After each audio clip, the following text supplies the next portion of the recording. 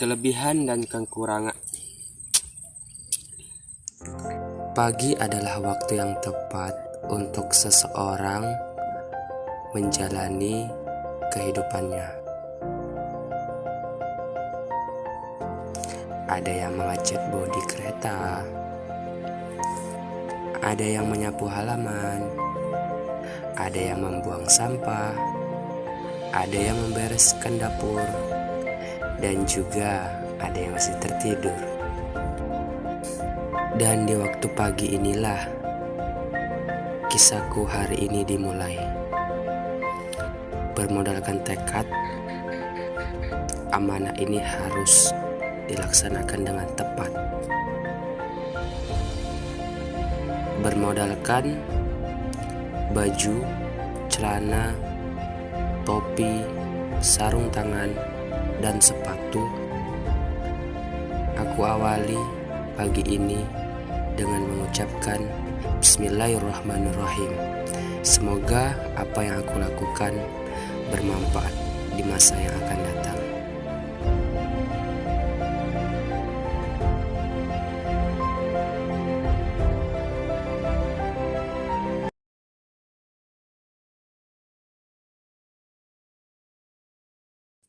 Taksonomi rumput Staria.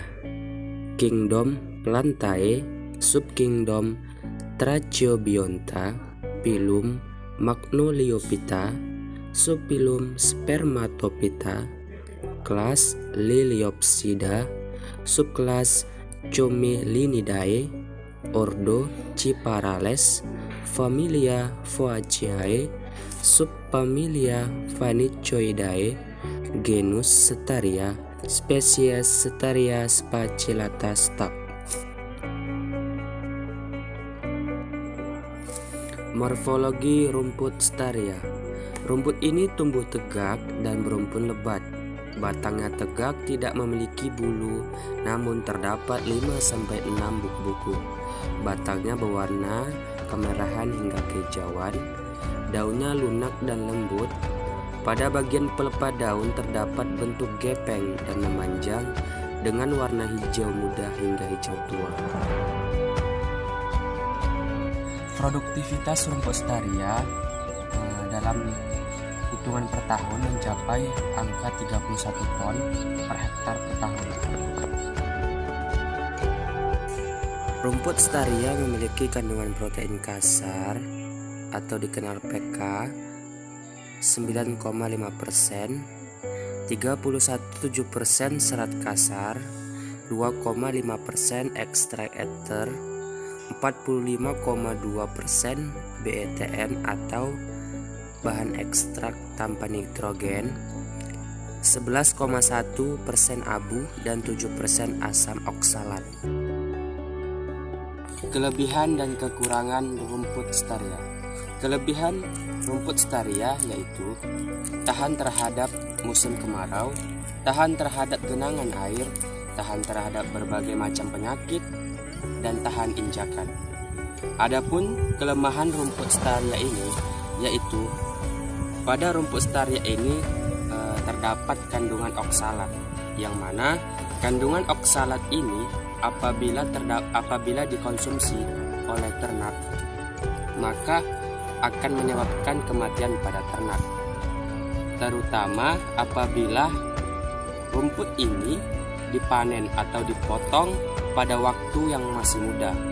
Kandungan oksalat pada rumput Staria yang masih muda yaitu 5%.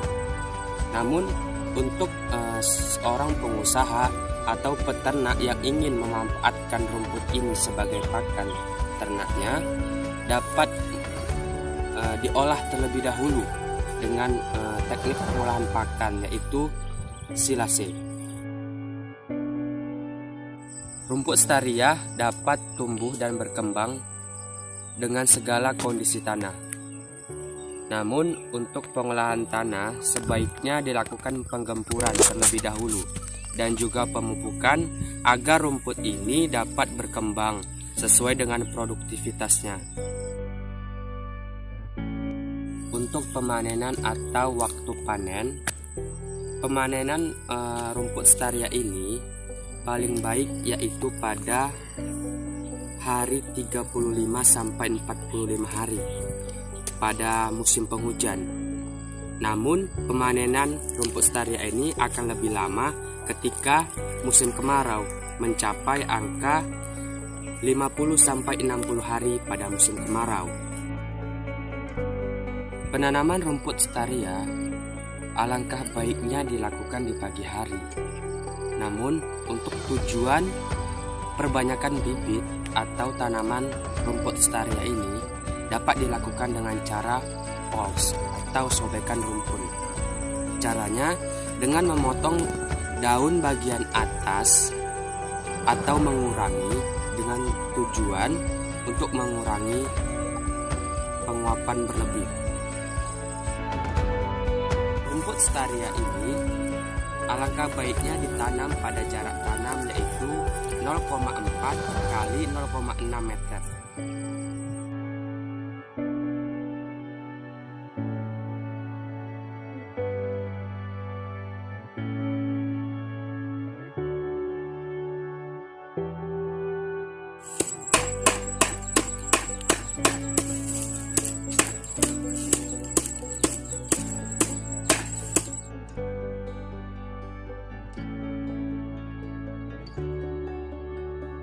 Untuk tanaman yang kedua, yaitu saya ingin menjelaskan tentang tanaman lamtoro.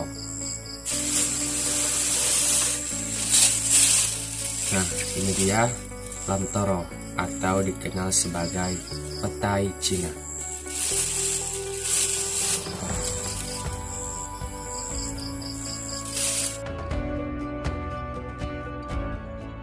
Taksonomi atau klasifikasi tanaman lamtoro. Kingdom Plantae, divisi Magnoliophyta, kelas Magnoliopsida, subkelas Rhosidae, ordo Fabales, familia Mimosaceae, genus Leucaena, spesies Leucaena leucocephala. Perakaran pada tanaman lamtoro adalah akar tunggang. Daun lamtoro berbentuk menyirip dengan ujung sedikit runcing. Bentuk bunga lamtoro yaitu bongkol. Buah lamtoro berbentuk pipi serta lurus menyerupai pita lurus. Produktivitas tanaman lamtoro. Lamtoro merupakan tanaman yang berproduksi tinggi. Produksinya dalam angka per tahun per hektar mencapai angka 60-70 ton atau 20 ton bahan kering dalam satuan hektar per tahunnya. Daun lamtoro memiliki komposisi kimia yaitu bahan kering 97,89%, protein kasar 23,83%,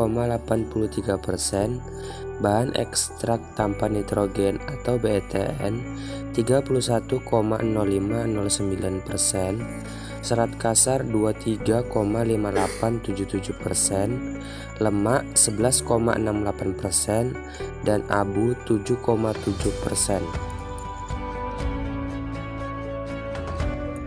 Kelebihan lamtoro adalah mudah ditanam, cepat tumbuh, produksinya tinggi, dan memiliki komposisi asam amino yang seimbang. Kekurangan tanaman lamtoro adalah tumbuh berkembang dan lebat sehingga dapat menghalangi sinar matahari pada tumbuhan lain di bawahnya, dan juga mudah ditumbuhi gulma-gulma yang mengganggu. Untuk perawatan tanaman lamtoro ini ada beberapa hal yang harus dilakukan.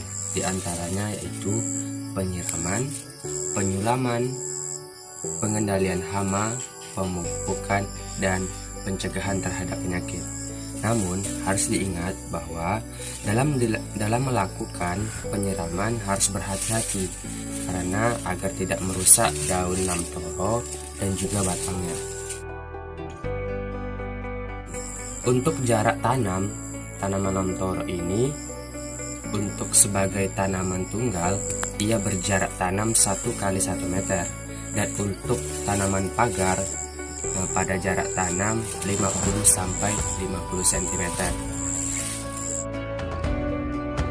Pemupukan biji atau benih lamtoro atau tanaman lamtoro ini dapat menggunakan pupuk NPK dengan dosis 100 gram per 10 liter air. Untuk poin waktu panen atau pemotongan, tanaman lamtoro ini lebih baik atau paling baik dipanen pada usia interval yaitu 10-12 minggu dengan ketinggian pohon 1-1,5 meter dari permukaan tanah. Untuk penanaman tanaman lamtoro ini, hal yang pertama harus dilakukan adalah siapkan lubang untuk media tanam. Kemudian letakkan 1 biji benih lamtoro, kemudian siram 2 kali sehari, lebih tepatnya 2 kali sehari untuk musim kemarau. Setelah proses penyemaian sampai dengan 20 hari, lakukan pemupukan NPK dengan dosis 100 gram per 10 liter air. Kemudian setelah 20 hari ke depan, biji atau benih lamtoro tersebut dapat diletakkan pada kebun atau lahan. Untuk memenuhi 1 hektar lahan, biji benih lamtoro yang harus dibutuhkan atau yang memang dibutuhkan yaitu 20 sampai 45 kilo.